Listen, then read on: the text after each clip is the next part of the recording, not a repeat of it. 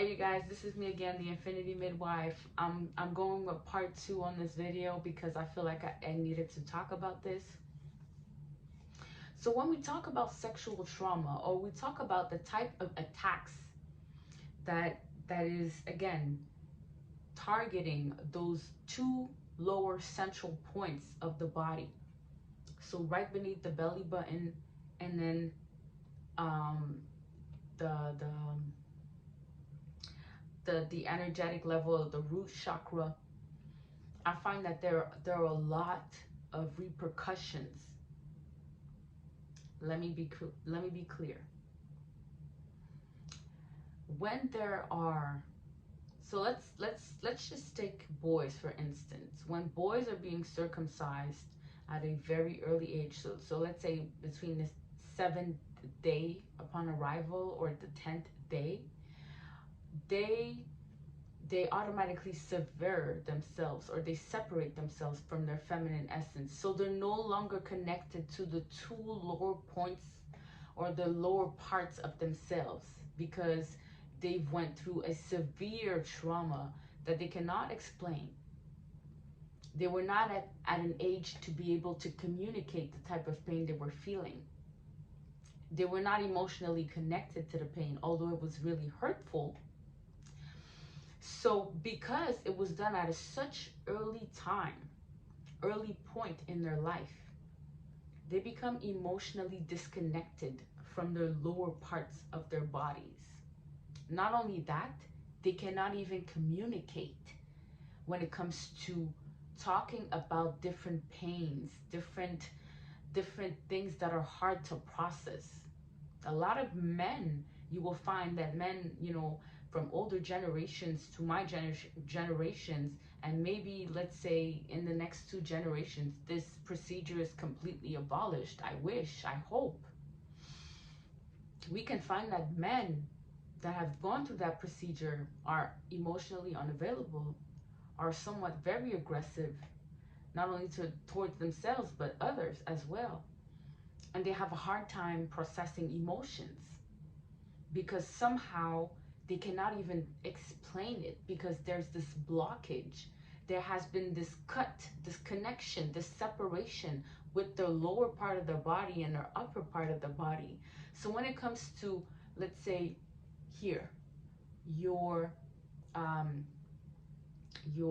what's it called?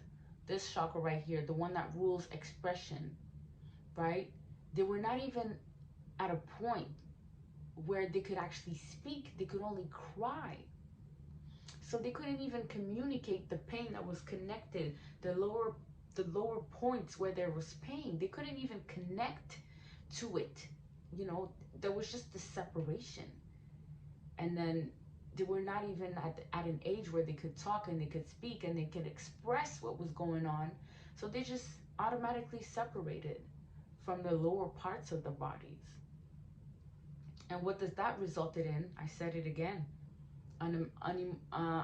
Emotionally unavailable men, and men that have a hard time communicating difficult emotions to process. Now, when we talk about other types of trauma other than circumcision, let's take, for instance, female mutilation. So little girls age 3 or 4, 5 or 6 or 7. It happens usually later on than with boys that gets circumcised. There's this whole notion of betrayal, because with the boys, okay, there's this thinking behind it. It's not just done just like that. There is a thought process behind the procedures that are being inflicted on boys and girls. It's not going to be the same timing. It's not going to be the same time. It's not going to be the same way. Why? Because the boys, they need to undergo a form of trauma that they can forget about it, because it happens so early on in their lives. They can't even connect to it because it goes so far back. Like 7 days upon arrival on this earth, you won't even remember what were you doing. Like if you even existed, you wouldn't even recall those first stages of life. So the reason why it's being inflicting on little boys at this early time of their lives is because the separation needs to be so traumatic and done at an early point where the boys don't even remember. They can't even recall. They can't even connect and say, hey, there was this part of me that was taken away from me, right? Almost so to the point that it becomes natural or second nature that boys are emotionally unavailable, right? They want to make it look as if it's natural. So in order for it to stage it as if it's natural, let's traumatize them a bit earlier so that they can't even recall or reconnect or even have a sense of memory of what happened at that time. It was done. Like, so in order for them to not even remember and connect to that pain because it was done at such early time and stages in their lives, they're not going to be able to know whether or not being emotionally unavailable is, is second, is it really normal or not. They're not even gonna question themselves because the trauma that was inflicted upon them was done at such an early time that there's no connection to that pain. Therefore, they're willing to go with the narrative of being emotionally unavailable, having a hard time communicating their emotions, having to withdraw from, from women, or separating themselves from women very easily, because again, they cannot connect to that original sin that was done onto them. So that's the boys. Now, there's another form of trauma inflicted upon boys that we're not really talking about in our society, and that is molestation. And I feel that if we could come to terms with how common it is to find that it is not a miscellaneous practice. It's not just something that we hear here, like we hear it, here and there. No, it is a common practice to have boys being molested, being sexually molested. And part of the agenda is, yes, to inflict them with pain, but it's also to have to to I'm gonna use the word emasculate them, right? So when a boy, and yet again, that needs to be redefined, because we're stepping out of that narrative, right? That construct of what is a boy and what is a man and all these things. So I feel like even molestation, when boys are being molested at, you know, again, in early stages of their lives, let's just say like between the ages of, from the time they're born to, I don't know, 10, 12 years old, when they go through that process of being molested, first of all, they will feel this sense of hopelessness and disempowerment, and also this overshadow, right? Because it did not happen at a very early age in their lives, meaning it did not happen within this first 7 days. It probably happened when they were a little bit older. So they have this shadow that's constantly a reminder of how they got disempowered, they got shamed, they got put in a compromising position. um, they felt very disempowered and very hopeless. And a boy that goes through, um, I can imagine for a girl because I've been through it. But for a boy to live it, I feel that it's similar to what girls would go through. Like, I feel that there's some similarities in terms of psychological repercussions that happens then. Because if we're looking at the old ways of doing things, boys want to associate to this strong masculinity, to this strong man, the one that's not afraid to act on power, the one that takes control, the one that's really, that takes decision, that has a clear vision, that stands tall, that will not allow fuckery or disrespect and these type of things. So, I feel that boys that have gone through molestation, sexual molestation, they they already feel defeated, that they cannot stand in their power anymore, because they have this cloud, this overshadowing cloud that constantly reminds them of how they got disempowered, how they got um how they got defeated, right? Because basically, when and I don't want to say if it's men that molest little boys. I feel that it has been prevalent during that time, but I also feel that women could have been abusers of little boys. And I feel that whichever was the abuser, I feel that there are some repercussions, um, as to how they see themselves, so how they identify with their masculinity, and then how they probably want to stray away from it because they no longer identify with it anymore.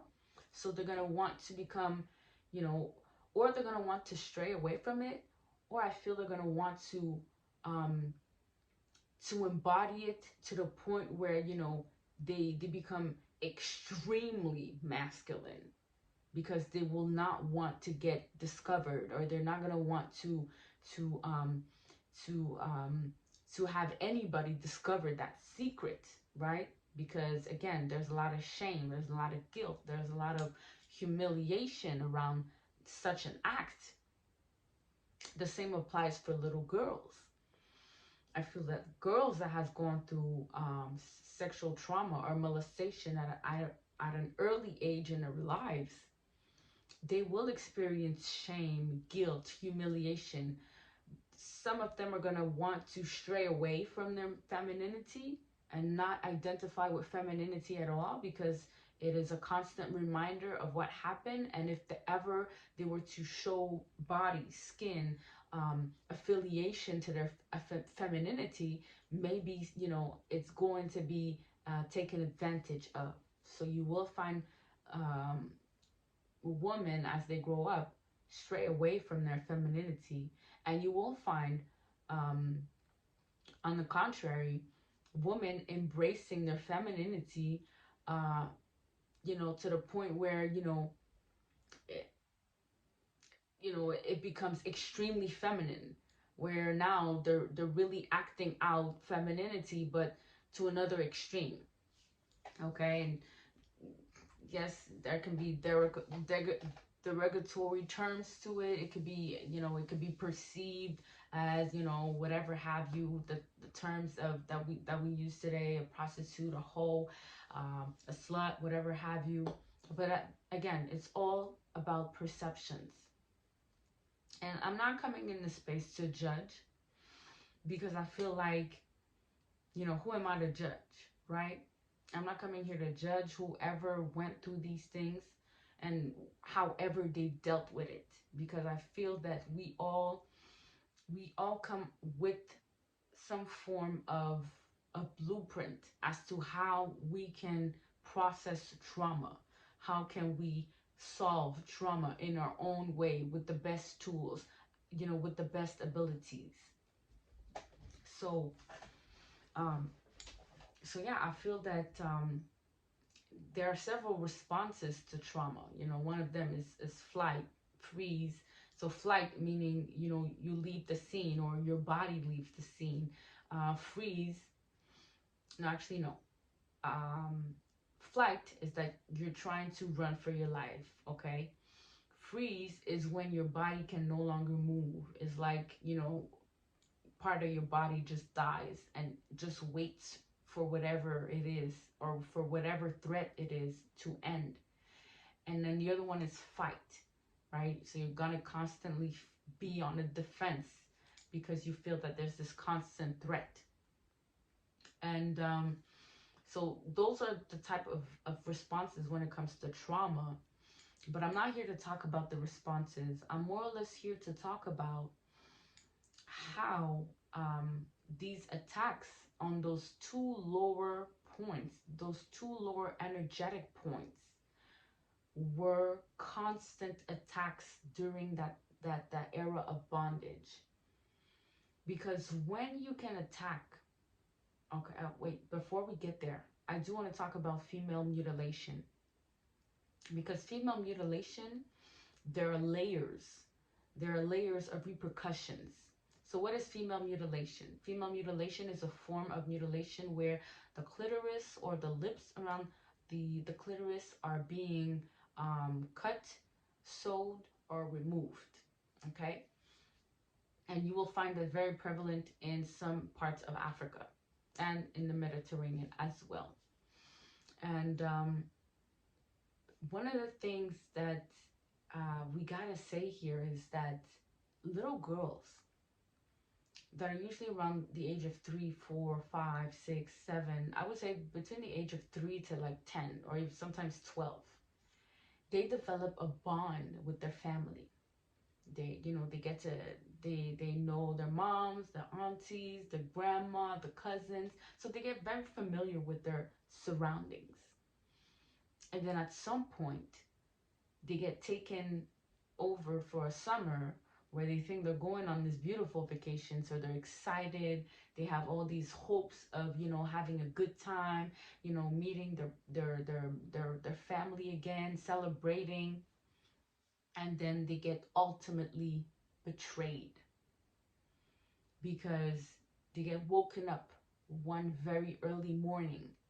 They get taken by force by their grandmothers, by their aunties, their cousins, and then they're being taken somewhere where people, women that they can recognize with their own eyes as their own people, they're forcing themselves by holding back their knees, holding back their thighs, opening up, stretching it up, right, without your consent. So it is being forced upon you. People holding your shoulders, your arms, they're holding you up. You can't do nothing. So it's a feeling of betrayal, right?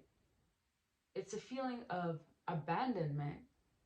So you mean to tell me that I've come here on vacation? Not only I've come here to be cut, to be mutilated, but you mean to tell me that it's my mother that's behind this? My uncle? No, not my uncle, but my grandma, my cousins, my aunties, they're all behind it? And you mean to tell me that they were supposed to love me? So not only I feel betrayed, but I feel abandoned. I feel rejected by those people that I thought that they loved me. And then I feel humiliated. What's going on? Why are you opening up my legs like this? What is going on? Can't somebody come and help me? So there's this sense of helplessness, hopelessness. And then they actually witness with their own eyes someone taking a knife and going and cutting a part of the clitoris. So there's this whole process of having the little girl witness herself being powerless, being hopeless, being helpless, being betrayed, being rejected, abandoned, humiliated in front of people that are supposed to protect her. And you mean to tell me that she's going to grow up becoming what? Other than a slave. So when we talk about those things, we have to, we have to come to, and when we talk about how immigration works, I mean, it's a whole science behind this. It's not just something,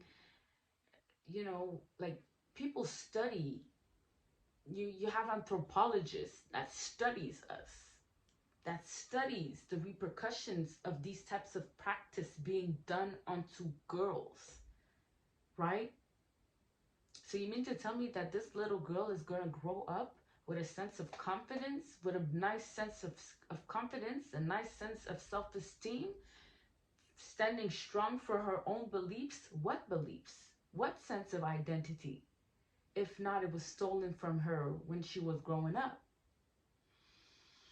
So you have generations of women that are passing on these practices onto their girls, right? When they're little, they could be living here in this part of the world. And when the little girl gets, when their daughters turn 3, they go on a vacation, right? Because the mother that went through that procedure, she's bitter. She's not going to not want this procedure to be passed on to her daughter, right? She doesn't want her daughter to know anything else other than that. So she's going to pass it on over to her daughter. So there are layers to this. There are psychological repercussions to this. And it can no longer be ignored, whether it's a little boy, whether it's a little girl. Because we are in this era of bondage where all these things are coming to the surface of how is it is so easy for family to turn on one another because there was never this sense of security to start with, right? The two lower points, the two lower chakras. When we're talking about the root chakra, we're talking about security, stability, right? We're talking about a sense of home, of belonging. So when you have generations of boys and girls being destroyed on what is their stability, what is their foundation, what is their sense of security, they have none. So it is easy for them to go into bondage. It is easy for them to follow an authority that will tell them to give away their power because their power was taken from them very early on in life. I'm going to end it here. I'm going to do part 3.